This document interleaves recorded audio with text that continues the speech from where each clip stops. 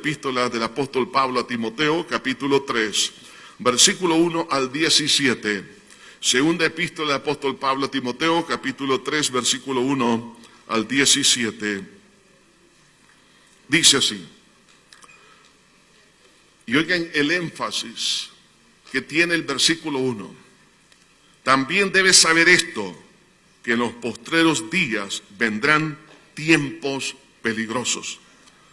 Porque habrá hombres amadores de sí mismos, avaros, vanagloriosos, soberbios, blasfemos, desobedientes a los padres, ingratos, impíos, sin afecto natural, implacables, calumniadores, intemperantes, crueles, aborrecedores de lo bueno, traidores, impetuosos, infatuados, amadores de los deleites más que de Dios, que tendrán apariencia de piedad, pero negarán la eficacia de ella. A estos evita. Porque de estos son los que se meten en las casas y llevan cautivas a las mujercillas cargadas de pecados, arrastradas por diversas concupiscencias. Estas siempre están aprendiendo y nunca pueden llegar al conocimiento de la verdad. Y de la manera que Janes y Jambres resistieron a Moisés, así también estos resisten a la verdad, hombres corruptos de entendimiento, réprobos en cuanto a la fe, mas no irán más adelante, porque su insensatez será manifiesta a todos, como también la fue de aquellos. Pero tú has seguido mi doctrina, conducta, propósito, fe, longanimidad, amor, paciencia, persecuciones, padecimientos, como los que me sobrevinieron en Antioquía, en Iconio, en Listra, persecuciones que he sufrido y de todas me ha librado el Señor. Y también todos los que quieran vivir piadosamente en Cristo Jesús padecerán persecución. Mas los malos hombres y los engañadores irán de mal en peor, engañando y siendo engañados. Pero persiste tú en lo que has aprendido y te persuadiste, sabiendo de quién has aprendido, y que desde la niñez has sabido las sagradas escrituras, las cuales te pueden hacer sabio para salvación por la fe que es en Cristo Jesús. Toda la escritura es inspirada por Dios, útil para enseñar, para redarguir, para corregir, para instruir en justicia, a fin de que el hombre de Dios sea perfecto, enteramente preparado para toda buena obra. Dios del cielo, gracias una vez más por tu palabra. Ella es poderosa y es viva. Señor, te pedimos una vez más que pueda caer en terreno fértil y que cualquier corazón que quiera resistirla no la pueda resistir, sino que la reciba porque es medicina para su vida. Señor, te pido que me ayudes a poder entregar este consejo de tu palabra y que sea tu Espíritu Santo hablando el corazón de cada uno, para gloria preciosa de tu nombre y para que la verdad del Evangelio sea puesta en alto. Te lo pedimos todo en Cristo Jesús. Amén y amén. El Señor Jesucristo, cuando habló acerca de la parábola del trigo y la cizaña, estaba explicando un fenómeno espiritual del cual nosotros debemos de estar conscientes que iba a ocurrir. Y está ocurriendo y va a suceder también en los días futuros. El trigo nos habla de alimento, nos habla de algo bueno, pero la cizaña nos habla de algo venenoso. Es curioso que la cizaña se parece, pero es tan casi idéntica al trigo. Cuando se nota la diferencia es cuando surge el fruto, las espigas. Las espigas del trigo son, los granos están más cerrados. Sin embargo, en el caso de la cizaña se abren un poco más. Además de eso, en la base de cada grano de la cizaña tiene un hongo que es venenoso. Para las aves eso no es problema, pero para el consumo humano eso es venenoso. Ahora, cuando se sembró ese campo, viene una pregunta de los que estaban trabajando en el campo y le preguntan al dueño de ese lugar, ¿cómo es que tiene cizaña en el campo, ya que se sembró trigo? Entonces, el Señor de la parábola le dice, mientras los hombres dormían, vino el enemigo y sembró la cizaña. Entonces le dijeron los trabajadores, ¿quieres que la arranquemos? Él dijo, no, esperemos hasta el día de la siega. ¿Por qué hasta la siega? Porque en el momento de la siega se nota más la diferencia entre más madura el trigo Fíjense, es interesante. A raíz del peso que tiene lo que es la espiga de trigo, el trigo se dobla. La cizaña se mantiene erguida, porque tiene poco peso el grano, además es más escaso y por eso se pone en una posición de mayor apertura tipo abanico. Es ahí cuando se nota la diferencia y con mucho cuidado hay que arrancarlo. Entonces le dice el Señor de la parábola, dejar que los ángeles hagan este trabajo. ¿Por qué? Porque ese es un fenómeno espiritual del cual el Señor Jesucristo se lo explica a los discípulos más adelante y le dice, el que siembra es el Hijo de Dios, el campo es el mundo, pero la cizaña son los hijos del malo, del maligno. Estamos hablando de una clase de personas que son seguidores de Satanás, que son instrumentos del diablo, pero habla de los hijos de Dios, también hablando de lo que es el trigo. Entonces, debe de dejar que ellos crezcan a lo largo de la vida, y eso es lo que nosotros no podemos comprender. ¿Cómo es posible que los malos y los buenos puedan estar en una misma oficina, en una misma familia, en un mismo ambiente eclesiástico, en la iglesia, en el servicio, en toda la sociedad? Y es ahí donde entonces nosotros nos sorprendemos y decimos, ¿cómo es que ha sucedido todo esto? La explicación Jesús ya la entregó. El problema es que no leemos la Biblia y no nos damos cuenta que la cizaña tiene que crecer juntamente con el trigo, pero vendrá el día de la siega, es decir, cuando Cristo venga por su iglesia, Dios va a separar a aquellos que hicieron lo malo y a aquellos que creyeron en Jesús, es decir, hicieron lo bueno, porque lo bueno que usted y yo hacemos, que nos toma Dios en cuenta, es creer que Jesús murió y resucitó para nuestra salvación. Entonces Dios hará la separación. Ese fenómeno, si yo no lo entiendo, entonces eso tiene un potencial para desanimarme, hacerme dudar, y es por eso, hermanos, que el Espíritu Santo, inspirando al apóstol Pablo, le dice aquí a la iglesia a lo largo de los siglos, pero también debes saber esto, que en los postreros días vendrán tiempos peligrosos. ¿Peligrosos por qué? Por la confusión, porque pueden robar la fe, porque nos puede llevar a llenar nuestro corazón de maldad si no tenemos cuidado. Es por eso el tema de esta hora, alerta contra los que quieren desanimarte. Alerta contra los que quieren desanimarte. Hagámonos entonces una pregunta. ¿Qué significan los postreros días? Porque dice, también debes saber esto, que en los postreros días vendrán tiempos peligrosos. Es el período a partir del momento de la manifestación de nuestro Señor Jesucristo y también a su segunda venida. Es decir, los postreros días se conoce como todo lo que tiene que ver con el primer advenimiento de Jesús y su segundo advenimiento. Es decir, en otras palabras, es Dios poniendo, hermanos, el cronómetro en forma regresiva. A partir del momento que Cristo vino a esta tierra, el tiempo está en forma regresiva. A eso se le conoce como los postreros días o los días finales. Ahora, aquí la palabra de Dios, hermanos, nos habla acerca de que estos tiempos serán tiempos muy peligrosos.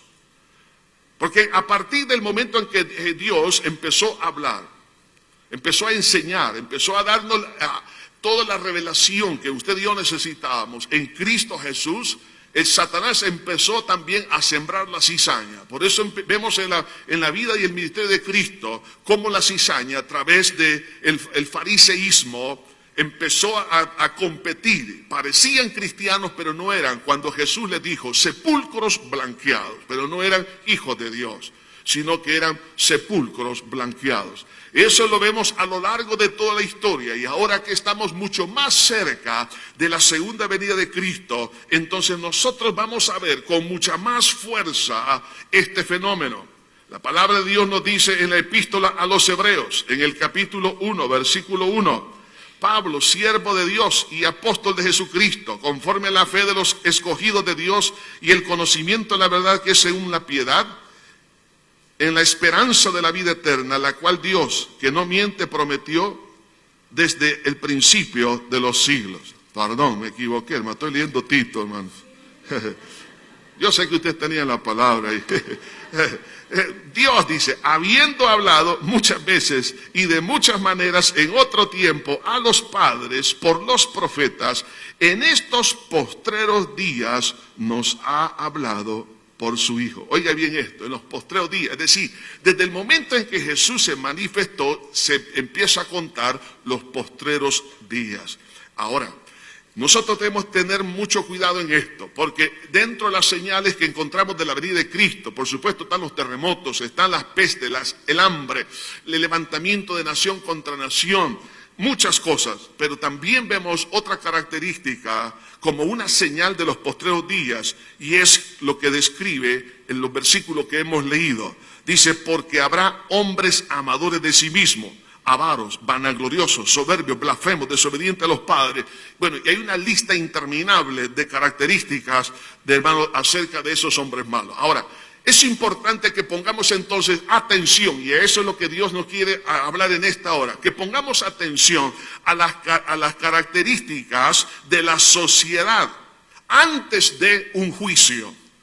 Por eso vemos en el caso de los antidiluvianos. Estamos hablando en Génesis en el capítulo 6. ¿Cómo era la sociedad antes del diluvio? Capítulo 6 de Génesis, versículo 5, dice, y vio Jehová que la maldad de los hombres era mucha en la tierra.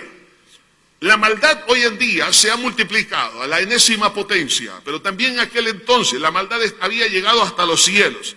Y dice, y que todo designio de los pensamientos del corazón de ellos era de continuo solamente el mal. No solamente había prácticas pecaminosas, maldades, sino que en los pensamientos ellos eran fábricas a nivel general de la sociedad de hacer cosas malas, de ir en contra de Dios. El Señor Jesucristo, cuando habla acerca de estos postreros días, en el capítulo 17 del Evangelio de Lucas, dice aquí la Escritura, en el versículo 26, como fue en los días de Noé, así también será en los días del Hijo del Hombre. Es decir, previo a la venida de Jesús. Comían, bebían, se casaban y se daban en casamiento hasta el día en que entró Noé en el arca y vino el diluvio y lo destruyó a todos. Nos está hablando que aparte de la maldad, ellos estaban tan ocupados en el comercio, estaban ocupados en compromisos matrimoniales, estaban ocupados en casarse. En otras palabras, su enfoque era las cosas de esta tierra. No había una preocupación de carácter espiritual a pesar de estar viviendo en pecado. Pregunto, ¿no será similar en el tiempo que nos ha tocado vivir? La gente, hermanos, lo único que quiere es hacer lo malo, disfrutar del dinero, disfrutar de tener una familia, de hacer negocios, pero no hay una preocupación de carácter espiritual.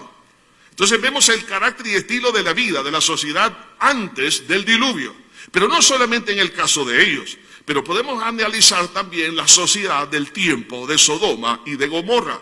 En el capítulo 19 de Génesis, versículo 5, dice así, y llamaron a Lot y le dijeron, ¿dónde están los varones que vinieron a ti esta noche? Sácalos para que los conozcamos.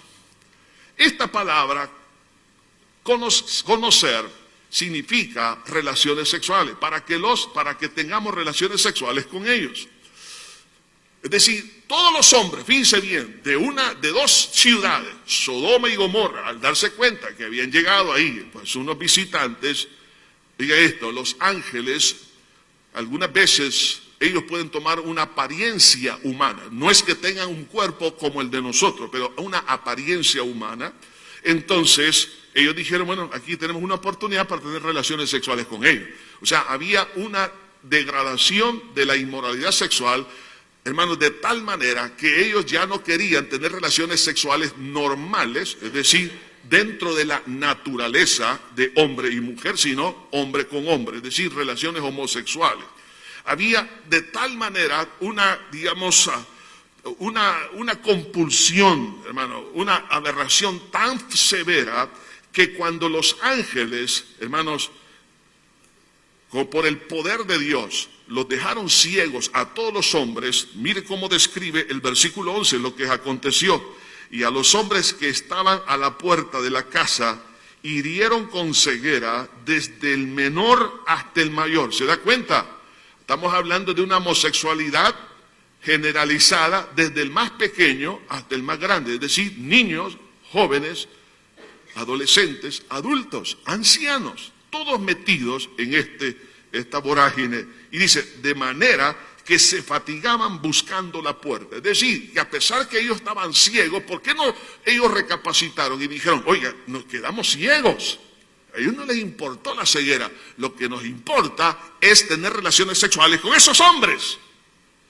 O sea, era algo, hermanos, que no se puede medir. O sea, llegó la maldad a tal nivel que, a pesar de que ellos tuvieron como un semáforo en su camino, una luz amarilla, deténganse, reflexionen.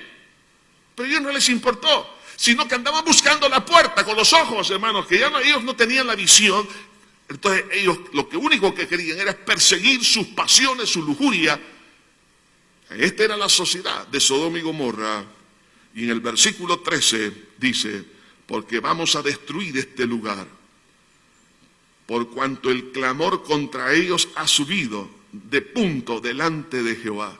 El problema es que la gente que es víctima de este tipo de maldades, ellos claman a Dios y Dios escucha el clamor de los que sufren. Y Dios va a pagar a cada uno conforme a sus obras en su debido momento. Y dice, por tanto, Jehová nos ha enviado para destruirlos.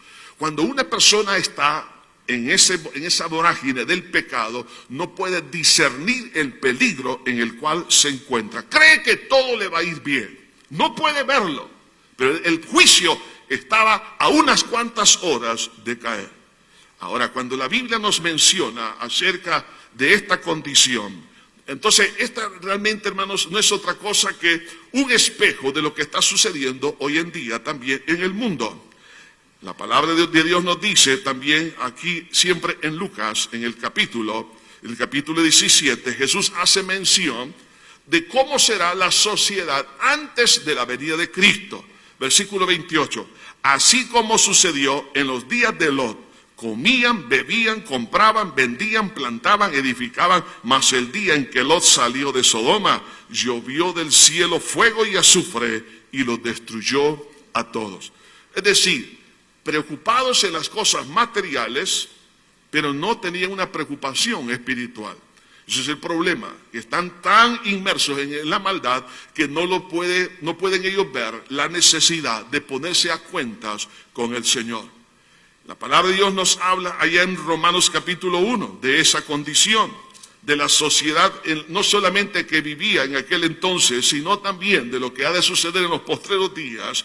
En Romanos 1:26 dice, por esto Dios los entregó a pasiones vergonzosas, pues aún a sus mujeres cambiaron el uso natural por el que es contra naturaleza. Y de igual modo también los hombres, dejando el uso natural de la mujer, se encendieron en su lascivia unos con otros, cometiendo hechos vergonzosos, hombres con hombres, y recibiendo en sí mismo la retribución debida a su extravío. Entonces, vemos aquí la práctica homosexual, que había sido en Sodoma y Gomorra generalizada en todas las estructuras sociales y en todas las edades. Ahora, aquí vemos también, tanto en la mujer como en el hombre, ese mismo tipo de práctica. Y la palabra de Dios nos da aquí, en 1 Corintios, en el capítulo 6, versículo 9, nos dice acerca de esto. Dice, versículo 9, ¿no sabéis que los injustos no heredarán el reino de Dios? No erréis, ni los fornicarios. Estamos hablando de relaciones sexuales prematrimoniales. La relación sexual válida es en el matrimonio, no antes ni extramatrimonial. Por eso dice, no erréis, ni los fornicarios, ni los idólatras, ni los adúlteros, ni los afeminados, ni los que se echan con varones, ni los ladrones, ni los avaros, ni los borrachos, ni los maldicientes, ni los estafadores heredarán el reino de Dios. Estamos hablando entonces de un juicio. O sea, nadie se va a escapar. Por eso que hoy en día la manera de escaparse de un juicio de parte de Dios es pidiendo perdón a Dios por haber pecado contra Él y por la fe en la sangre de Cristo recibir el perdón de pecados. No hay pecado que Dios no pueda perdonar. Dios ama a toda la humanidad. Dios amó a los que vivían en Sodoma y Gomorra. Dios amó a los que vivían en el tiempo de Noé. No importando su pecado, lo importante es que el hombre reconozca su pecado y pida perdón a Dios, y Dios lo perdona y Dios lo salva, porque para Dios no hay acepción de persona. El problema es que a pesar de haber recibido el amor de Dios y la verdad, la resisten y no la quieren recibir. Ahí está el problema. Por eso que son tiempos peligrosos. ¿Por qué razón? Estamos hablando del carácter de la sociedad en los postreros días, y la exhortación que el Espíritu Santo nos hace es esta: debes de saber esto. Debo de conocer, en primer lugar, que va a ser tiempo peligroso. ¿Cuáles son las causas de ese peligro? Le voy a mencionar por lo menos 4 de ellas que vemos en esta porción que hemos leído. La primera causa, ¿por qué será un tiempo peligroso? Porque habrá hiperegocentrismo o un narcisismo a la enésima potencia. Versículo 2. Porque habrá hombres amadores de sí mismos.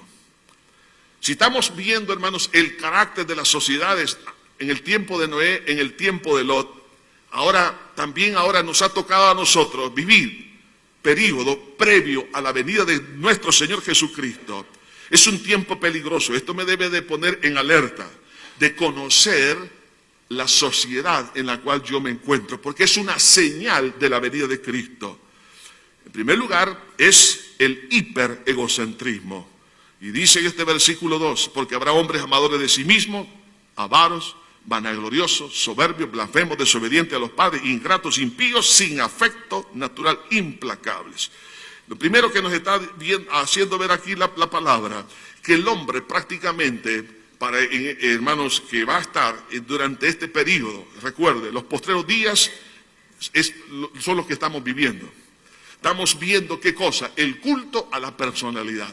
No le importa a la persona, las demás personas, sino que le importa sus propios beneficios.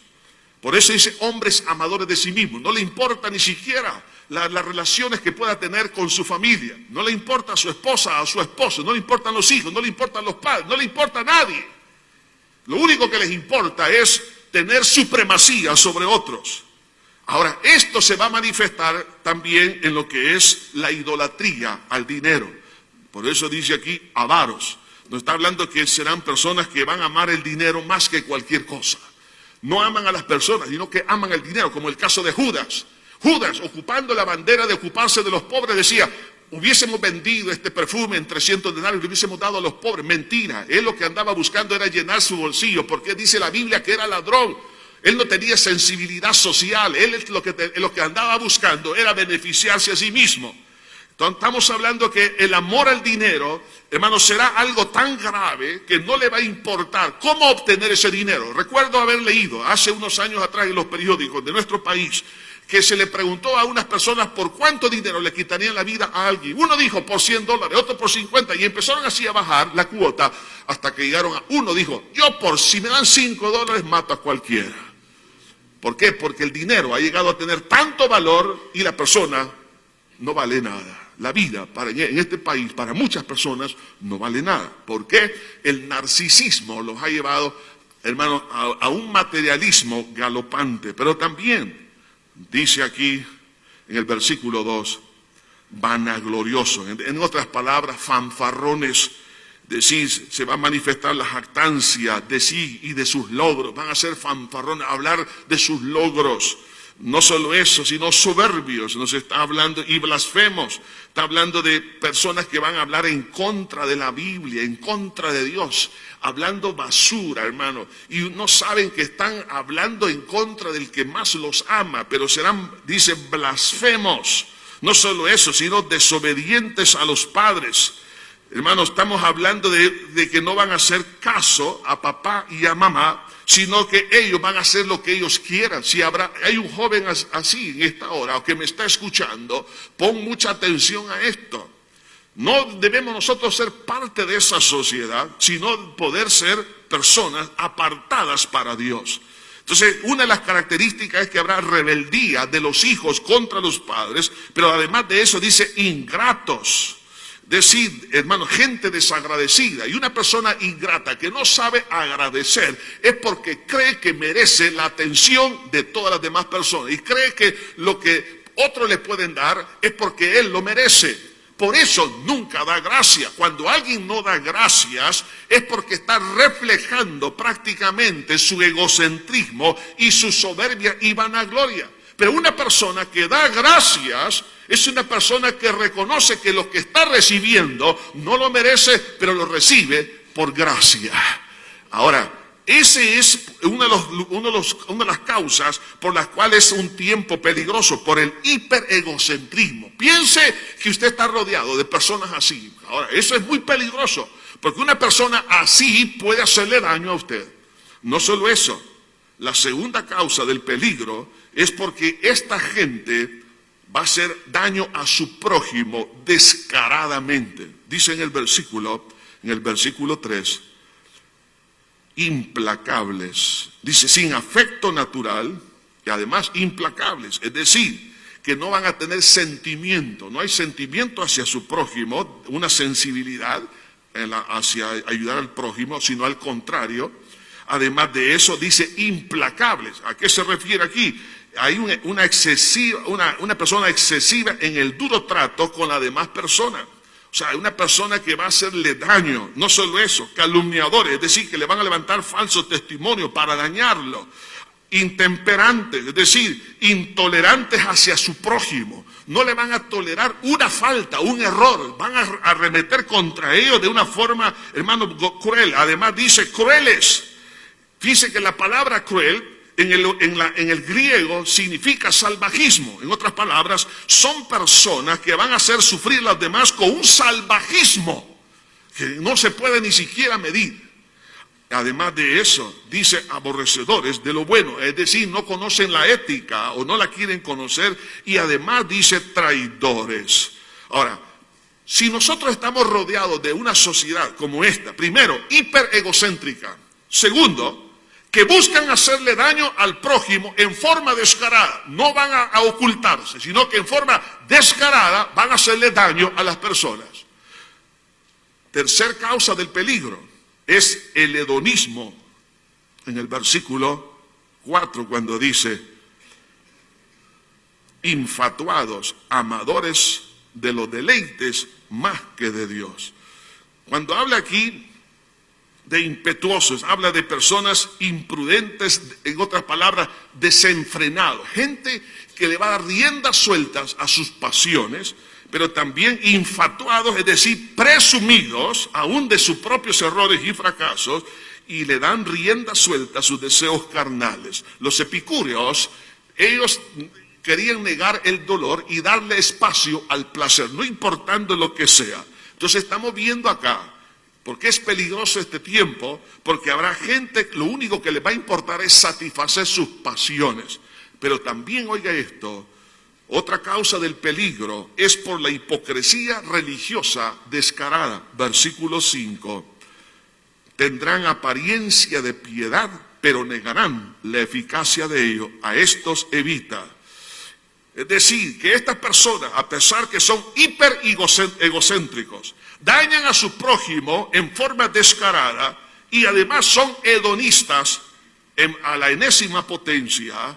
Ellos confiesan o dicen que están cerca de Dios. Por eso dice que tendrán apariencia de piedad, es decir, apariencia de estar en comunión con Dios, que aman a Dios, que sirven a Dios, que leen la Biblia, que son personas religiosas, aún no solamente dentro del cristianismo, sino fuera del cristianismo, personas que dicen que son devotas y que son espirituales. Sin embargo, son egocéntricos, dañan a su prójimo descaradamente y son hedonistas. Y eso, por supuesto, al mezclarlo con la religiosidad, van a confundir a la gente, porque dicen, ¿cómo es posible? Si esa persona que dice que está cerca de Dios, ¿cómo puede estar haciendo esto? Y describe en el versículo 6, ¿cuáles son sus prácticas privadas? Porque de estos son los que se meten en las casas y llevan cautivas a las mujercillas cargadas de pecado, arrastradas por diversas concupiscencias. Es decir, su vida sexual, hermanos, es aberrante. se allegan a personas que están arrastradas por pecados de lujuria y demonios de lujuria. Además de eso, en el versículo 8 dice, y de la manera que Janes y Jambres, ¿quiénes son estos? Son aquellos dos hechiceros que vinieron delante de Moisés para tratar de imitar el poder de Dios al tirar la vara y que se convierte en serpiente. Así también estos resisten a la verdad. Dicen que conocen a Dios, pero aborrecen la Biblia. Qué interesante, ¿no? Dice que aborrecen la verdad, pero que son piadosos, pero van en contra de la Biblia. Porque la Biblia es un espejo que les declara lo que es correcto y lo que no es correcto. Y resisten la verdad, resisten la Biblia. Algunos se van a burlar de la Biblia. Van a decir, sí, yo creo en Dios, pero no acepto lo que dice la Biblia. ¿Por qué? Porque la Biblia no le va a ocultar sus pecados, sino que se lo va a declarar, se lo va a decir en su propia cara, para que se arrepientan. Pero por eso resisten la verdad. Además de eso, no pueden caminar por fe, porque dice este mismo versículo, el versículo 9, y dice, mas no irán más adelante, porque su insensatez será manifiesta a todos. Dice que son réprobos en cuanto a la fe.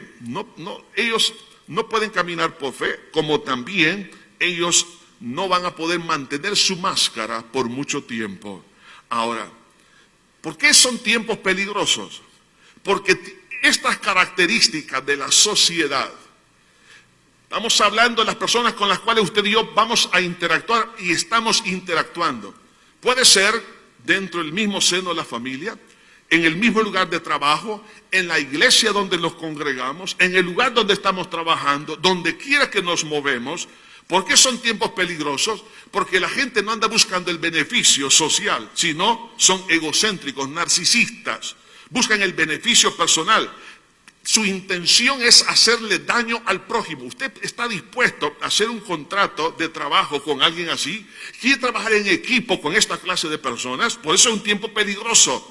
Porque, hermanos, vamos a vivir en un tiempo de desconfianza. Además de eso, lo único que andan buscando estas personas es satisfacer su lujuria, sus pasiones. Y además de eso, van a tratar de confundir a las personas porque dicen que conocen a Dios y caminan en las cosas de Dios cuando no es cierto. Entonces, por eso son tiempos peligrosos. Una de las cosas que me ha estado preocupando es, hermanos, el hecho de que hoy en día hay libros que se dicen cristianos y algunas enseñanzas donde se habla de positivismo, pero no es evangelio. Hablan de humanismo positivista. Por eso que escuchamos personas que dicen, debe de ser positivo, debe de mantener tu mente en las cosas buenas, hay que negar las cosas malas. Esos son pensamientos también de los filósofos del tiempo del apóstol Pablo. Los estoicos, los epicúreos tenían ese tipo de ideas. En el caso de los epicúreos, hay que negar el dolor y hay que tener el placer. Hay personas hoy en día cuando le dicen, mira, fíjate que tengo este problema. No digas que tienes problema, eso es una mentira. Pero sí un problema de dolor de estómago. Anoche me comí 20 pupusas de chicharrón. Pero eso es mentira, le dicen a uno. Mentira, si he estado toda la noche en el baño. Eso no es cierto. O sea, la gente quiere lavarle el cerebro, hermano, y quiere que tenga una mente positiva. No, oiga, la sociedad en la cual nosotros nos ha tocado vivir, hermanos, debo de abrir bien mis ojos. En el tiempo de Jesús dice el Señor que no se fiaba de ellos. No se fiaba de ellos porque conocía sus corazones. Además de eso, nosotros tenemos que vivir en un estado de alerta. ¿Por qué? Porque ese es el tiempo que nos ha tocado vivir. Ahora, yo tengo que abandonar esas ideas de estar en una burbuja que no me va a pasar absolutamente nada. Estimado padre de familia, tenga sus ojos bien abiertos. El hecho de que sus niños de 2, 3, 4, 5 años, usted mire esos angelitos, pero ¿sabe qué? Esos angelitos ya les enseñaron a manejar la internet, ya manejaron los teléfonos inteligentes, ellos tienen acceso a muchos lugares de perversión. Y los compañeritos que puedan tener a esa misma edad, hermano, ellos los pueden contaminar. De hecho, he estado viendo casos de esta naturaleza. Entonces, nosotros tenemos que comprender que estamos viviendo en tiempos malos. O sea, no tengo, hermano, por qué estar en un mundo, hermano, donde yo digo, la sociedad hoy posmoderna es buena. No, el posmodernismo lo podemos definir en una sola palabra, anarquía moral. Cada quien quiere hacer lo que bien le parece, como en el tiempo de los jueces. Entonces, si estoy viviendo en ese entonces, ahora, nosotros tenemos que tener los ojos bien abiertos. ¿Por qué? Porque de otra manera, si yo digo, todos somos trigo, ¡ay, qué bonito aquí! Todos somos trigo. No, no, señores. Aquí en esta iglesia hay trigo y hay cizaña también. Sí. No se me queden viendo así. Lo dice el Señor. Lo hay en el lugar de trabajo. Ahí hay trigo y hay cizaña. En todas las estructuras gubernamentales, privadas, en toda la sociedad. Entonces, por eso dice aquí, también debes saber esto. En otras palabras, no lo ignores. Cuídate de esos mensajes positivistas, que todos aquí son buenos, que mira que son buena gente, mira este fulano, hoy mira tiene un nombre y una familia. No, cuidado, el único bueno se llama Jesucristo de Nazaret, de ahí todos somos malos. Por eso tenemos que cuidarnos. Ahora, cuando yo no puedo entender esto, entonces lo que puede traer a mi vida, por eso es peligroso, es que me puedo resentir y no perdonar. No puedo perdonar a un narcisista, no voy a perdonar a un cruel, no voy a poder perdonar a una persona que es un salvaje, que me ha hecho daño. No, entonces, ¿qué pasa? Entonces uno dice, pero Señor, yo pensé que era inmune, porque el positivismo que me han predicado me habla que el cristiano es inmune. Mentira del diablo. Dice la Biblia, en el versículo 11, y dice, y también todos los que quieran vivir piadosamente en Cristo Jesús, padecerán persecución. Ahora, si yo no entiendo esto, me voy a llenar de resentimiento y no voy a poder perdonar. Por eso es peligroso. Me va a desanimar en continuar el camino del Evangelio. ¿Por qué? Porque me han herido, me han ofendido, me han dañado. Yo pensé que las personas que estaban a mi lado eran personas correctas. Además de eso, me voy a confundir con la doble moral que se vive hoy en día. Y también vamos a empezar a envidiar a los malos, porque a los malos les va bien y a los que hacen lo bueno les va mal. Y voy a creer que Dios me ha abandonado y también creer que el Evangelio no funciona. Y voy a dejar de congregarme, de leer la Biblia y de orar porque no me funciona. Porque, Señor, aquí hay cizaña, aquí hay problemas. Y algunos van a llegar a creer que hay otro camino de salvación. Y algunos ya están pensando, quizás me equivoqué de cambiarme de religión. Hermano, Jesús en primer lugar no es religión. Jesús es el camino, la verdad y la vida. Estamos en la verdad. El problema es que ante tanto engaño, tanta mentira, tanta ofensa, tantas personas que aparentan piedad, pero hacen lo contrario, entonces algunos se han desanimado y empiezan a incursionar aún en el satanismo, incursionan en las religiones históricas y las que surgen hoy en día, y dándoles la ventaja de duda. Quizás ellos tienen la razón, no es en el Evangelio de Cristo. Por eso son tiempos peligrosos, porque esto puede llevarle a una depresión a un cristiano. Además de eso, lo puede llevar a vengarse de todo el sufrimiento que ha tenido y sobre todo el riesgo de caer en el pecado de la apostasía. Y podemos mencionar muchos más peligros. Por eso son tiempos muy peligrosos. Por eso Jesús, desde los inicios, nos dice, oigan bien esto, el reino de los cielos, oiga esto, será semejante a un hombre que sembró trigo en el campo y también otros que sembraron cizaña. Ahora, si Jesús me está advirtiendo, y una vez más el Espíritu Santo nos advierte a través de esta palabra, también debe saber esto, que en los postreros días vendrán tiempos peligrosos. Entonces, si es un peligro, yo tengo que estar en alerta. No debemos de dormirnos. Ahora, hay 4 recomendaciones vitales para no desanimarnos. A lo mejor habrá alguien aquí que está desanimado. ¿Cómo es posible que mi esposo o mi esposa que van a la iglesia, o un padre, o un hijo, o la suegra, o la nuera, quien sea, ahora le han herido profundamente? ¿Cómo es posible que suceda esto? Bueno, el Señor ya me dijo que esto iba a pasar. Y si Él me advirtió, yo de tomar entonces medidas o de las recomendaciones que Dios me está haciendo? El primero está en el versículo 5 y dice, a estos evita, en otras palabras, apártese de ellos. Corte toda relación de amistad con estas personas. ¿Por qué? Porque son personas eminentemente peligrosas. Porque estamos hablando de una persona hiper egocéntrica, que a usted no le importa, lo que le importa es él mismo o ella misma. Además, para obtener un fin tiene un pensamiento maquiavélico. Lo único que le va a importar es obtener un beneficio de su persona y le va a tratar en forma tan mala, en forma descarada, que lo va a herir. Además, anda buscando satisfacer sus pasiones y también es contradictorio en lo que dice en cuanto a sus convicciones religiosas. Por eso dice la Biblia que a estos evita, córtelos. Primer medida, no tenga más relaciones de amistad con estas personas. Segunda recomendación, versículo 10. Pero tú has seguido mi doctrina, conducta, propósito, fe, longanimidad, amor, paciencia, persecuciones, padecimientos. ¿Qué es lo que está diciendo Pablo a Timoteo? Timoteo, inspírate en el testimonio de Dios. Yo tengo que inspirarme en Dios y en sus obras. En primer lugar, en su palabra. Por eso dice, pero tú has seguido mi doctrina. Yo tengo que seguir la palabra, no a las personas. Puesto los ojos en Jesús, el autor y consumador de la fe. No son las personas mi salvación, Jesús es mi salvación.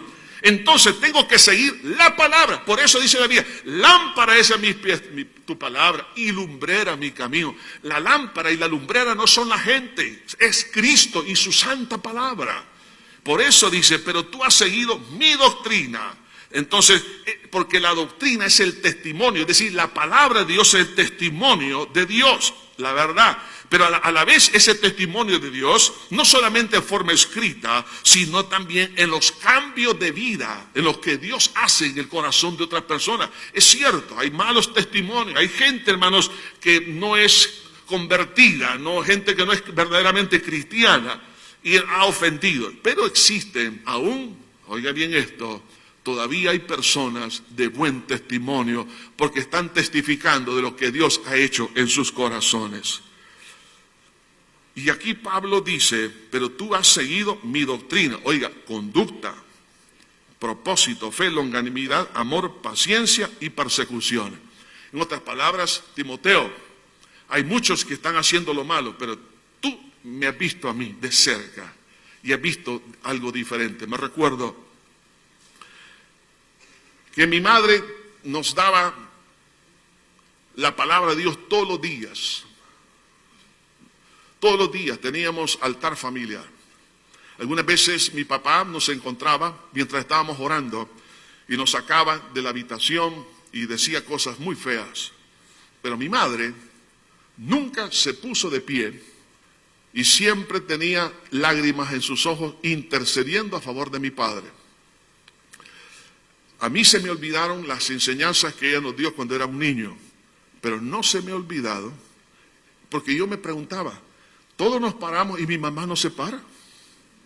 Y mi padre diciendo cosas y mi madre de rodillas. Lloraba y decía, Señor, salva a Héctor, porque así se llamaba mi padre, sálvalo. No sabe lo que hace. Señor, redarguye su corazón. Nunca se puso de pie. Me recuerdo que mi padre le decía, Lidia, así se llamaba mi madre, no vayas a la iglesia. No te preocupes, Héctor, ya vengo, voy a alabar al Señor. Y mi madre se iba. No le haga caso a alguien que se opone a las cosas de Dios, ¿oye? Aunque sea su esposo, oye, aunque sea su padre. Si su padre se pone en contra de las cosas espirituales, usted y yo tenemos que primero obedecer a Dios antes que a los hombres. No tenemos que obedecer a los hombres a ciegas. Si ellos están equivocados, porque la Biblia me dice cuál es la verdad, tengo que seguir primero a Dios y su palabra antes que a los hombres. Pero ese testimonio de mi madre me marcó. Yo dije, mi madre a pesar de todo, oraba por él, bendiciendo a mi padre. Eso es lo que Pablo está diciendo aquí a Timoteo. Pero tú has seguido, ¿qué cosa? Tú has seguido mi conducta, mi propósito. En otras palabras, tú sabes, Timoteo, los buenos propósitos que yo he tenido. La confianza que tengo en el Señor, la fe que viva, que la he vivido. Además de eso, tú has visto que he sido perseverante en medio de las persecuciones y las dificultades y en seguir el amor y la paciencia en medio de tanta dificultad. Entonces, hermano, los testimonios de Dios son los que nos deben de inspirar, no los malos testimonios.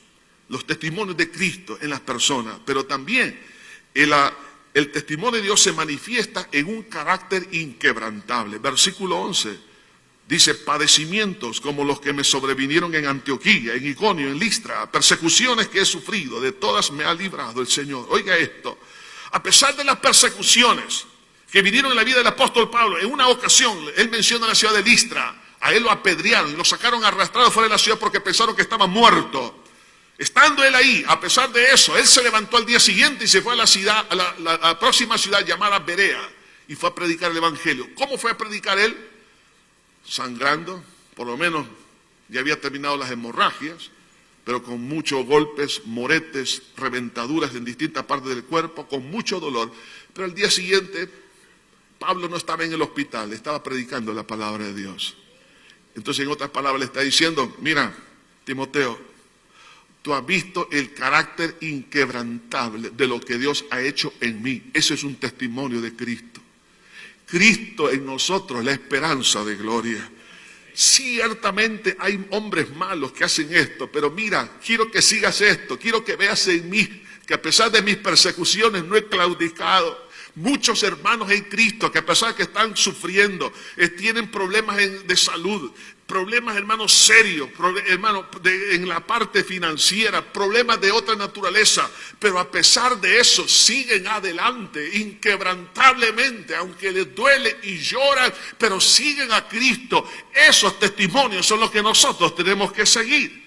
Entonces, porque ese es el testimonio de Dios. Así que, en primer lugar, como he mencionado, la primera recomendación es apartarnos de ellos. Segundo, inspirarnos en los testimonios de Dios, en su palabra, en la vida de otros cristianos y en el carácter inquebrantable en esas vidas.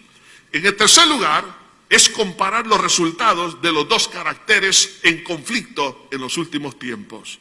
Es decir, versículo 12, pero también dice: todos los que quieran vivir piadosamente en Cristo Jesús padecerán persecución. Mas los malos hombres, los engañadores, irán de mal en peor, engañando y siendo engañados. Aquí vemos las dos clases de personas. Primero, los cristianos verdaderos y los hombres malos. ¿Cuál es el resultado de los hombres piadosos? Dice: se padecerán persecución. La imagen verbal en el griego de esta expresión quiere decir de esta forma. Versículo 12. También todos los que quieran vivir piadosamente, la imagen verbal es esta: van a ser perseguidos como una bestia.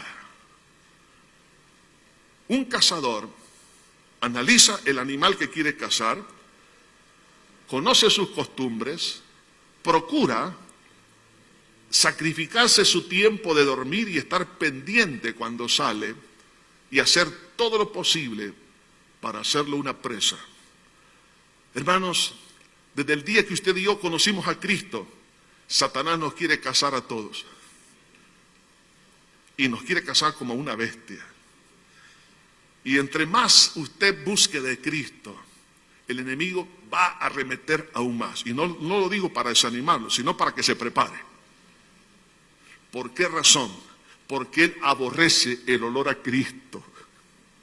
Y así como Cristo fue perseguido una y otra vez, maltratado, así también nosotros. Por eso Jesús dijo: si en el árbol verde hacen esto, ¿qué no se hará en el seco? Sin embargo, dice el apóstol Pablo en este versículo, vamos a padecer persecución, los que queramos vivir piadosamente. Pero ¿cuál es el resultado? Perseverancia.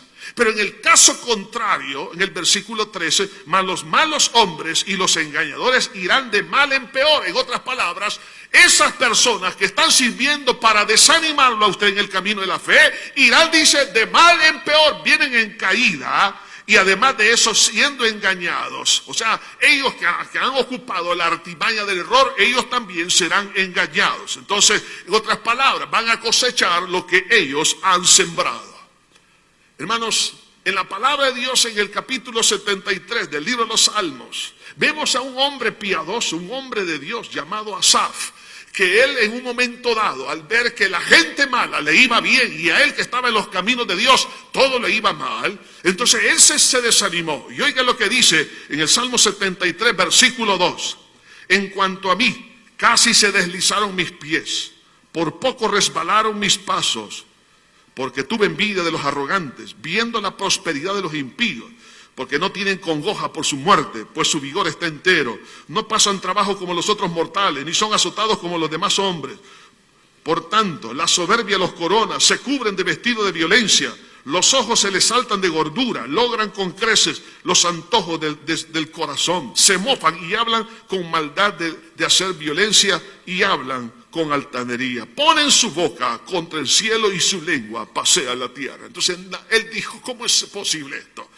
Que estos impíos que blasfeman son gente materialista, insensible, no aman a su prójimo y hacen tantas maldades. Les va bien y yo, que en inocencia he lavado mi corazón.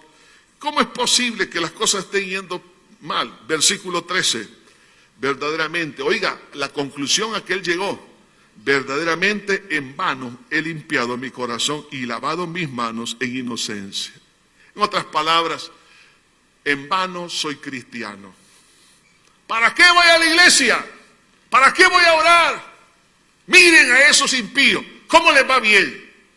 Y yo, que he tratado de cuidarme, que tomo jugos verdes todas las mañanas, que salgo a correr, ahora me dicen que tengo un cáncer terminal. Y esos malvados, sus riñones están excelentes.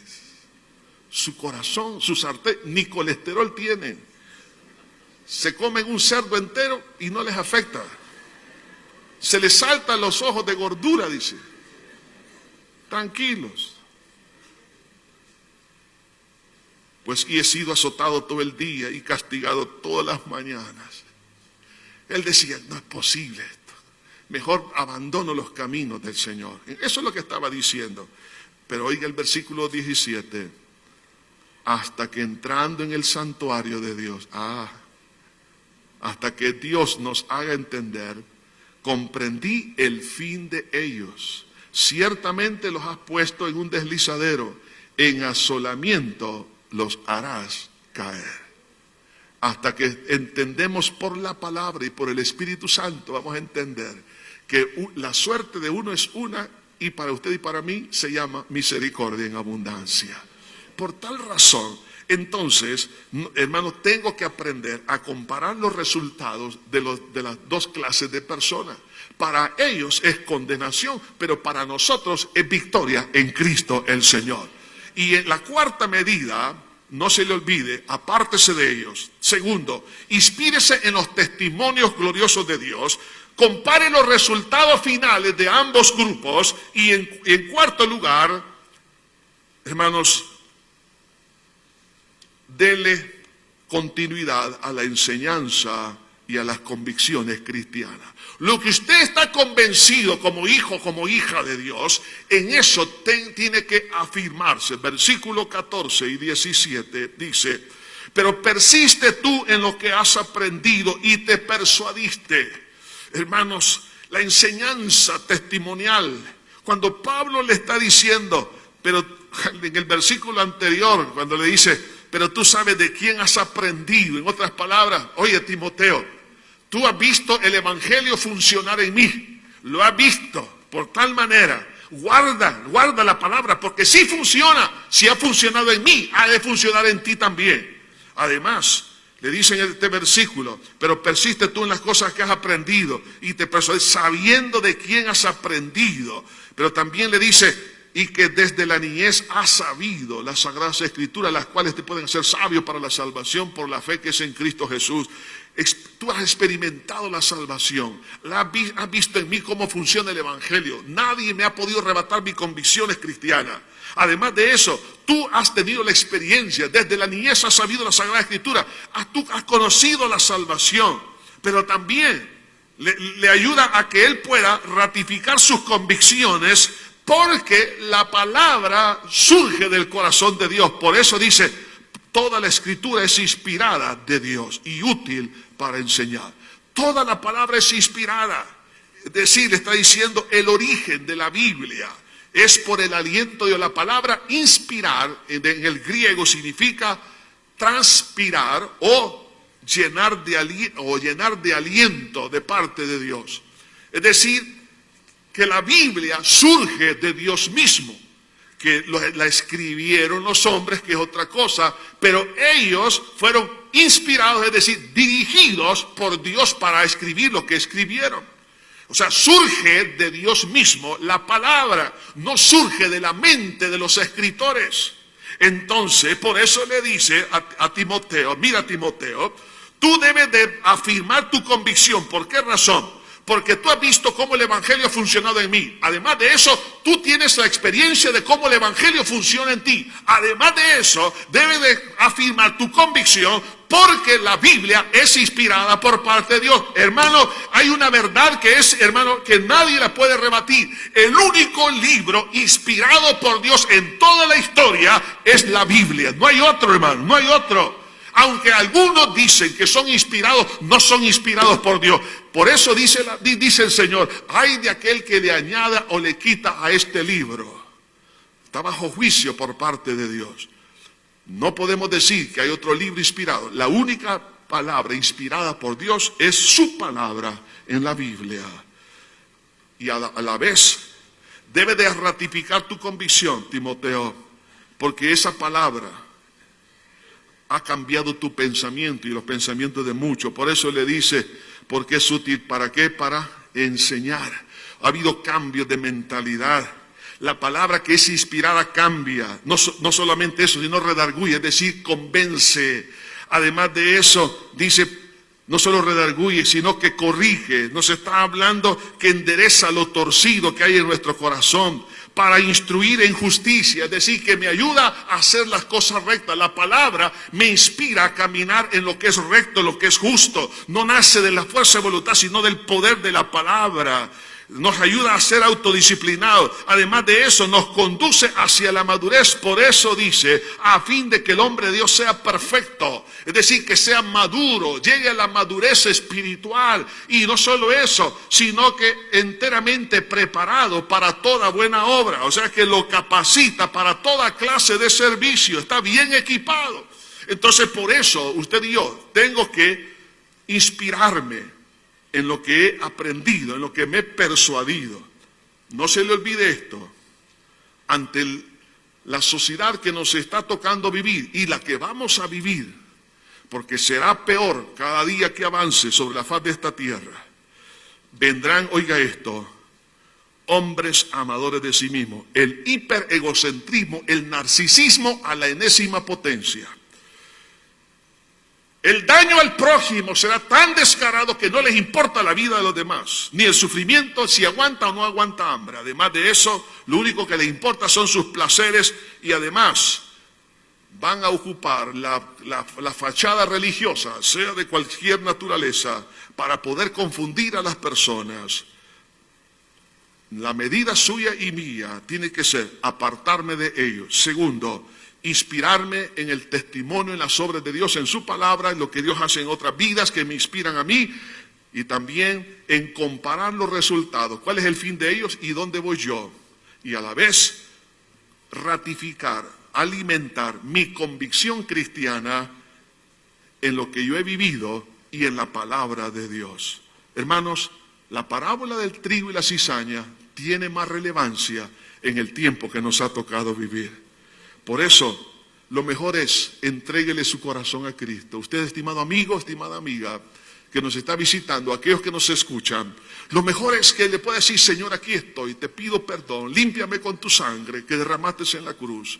Y a cada uno de nosotros, los que ya tuvimos esa experiencia, lo que tengo que hacer es decirle a Jesús, Señor, quiero aceptar esta palabra, no desconocerla y prepararme para enfrentar esta situación. Incline su cabeza, cierre sus ojos y nadie se mueva, por favor. Padre eterno que estás en los cielos, te doy mil gracias por tu amor y misericordia.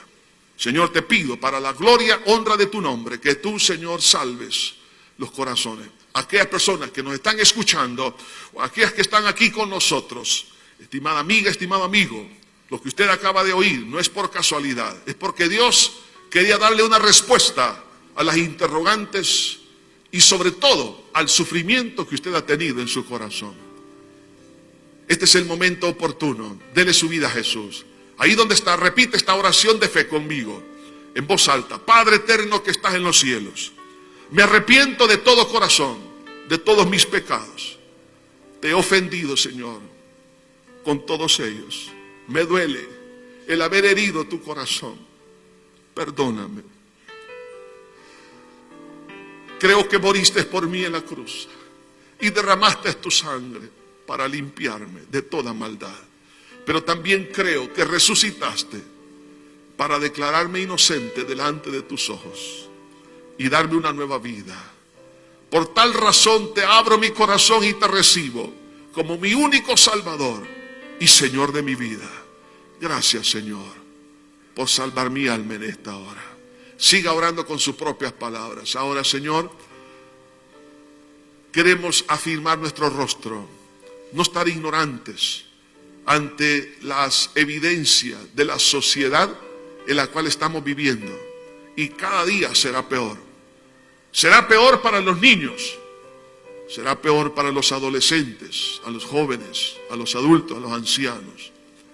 No tenemos que ignorar. Por tal razón, Señor, ayúdanos a prepararnos, ayúdanos a nosotros a preparar a los niños, a que estén con sus ojos abiertos, porque la maldad puede entrar por compañeritos, no importando la edad que ellos tengan. Puede entrar por las amistades, porque amadores de sí mismos, no va a respetar edades, no va a respetar posiciones sociales, ni políticas, ni de cualquier otra naturaleza. Señor, te pedimos en este día que tú hagas un milagro. Bendice a tu pueblo, Señor. Danos la firmeza espiritual para no decaer. Hermano, si usted por alguna razón se siente decepcionado en este momento, pídale perdón a Dios. Dígale: Señor, yo en tu nombre perdono a todos los que me han ofendido, a esos egocéntricos que me han hecho daño. En tu nombre, Señor, perdono a tanta crueldad a la cual he sido sometido. Tome decisiones y además pídale perdón por dudar del amor de Dios. Señor Jesús, tú conoces lo que mi hermana y mi hermano está sufriendo por esos malos testimonios, no solo de gente que se dice cristiana, sino de los que no son cristianos, pero que dicen ser piadosos. Pero, Señor, en tu nombre perdonamos a toda persona que nos ha herido, Señor, porque nuestro caminar, nuestra inspiración no son las personas, eres tú, Señor. Te pedimos, Señor, que bendigas a mi hermano, que le ayudes a sobreponerse ante el dolor que ha tenido. En el bello nombre de Cristo, gracias, Señor. Amén.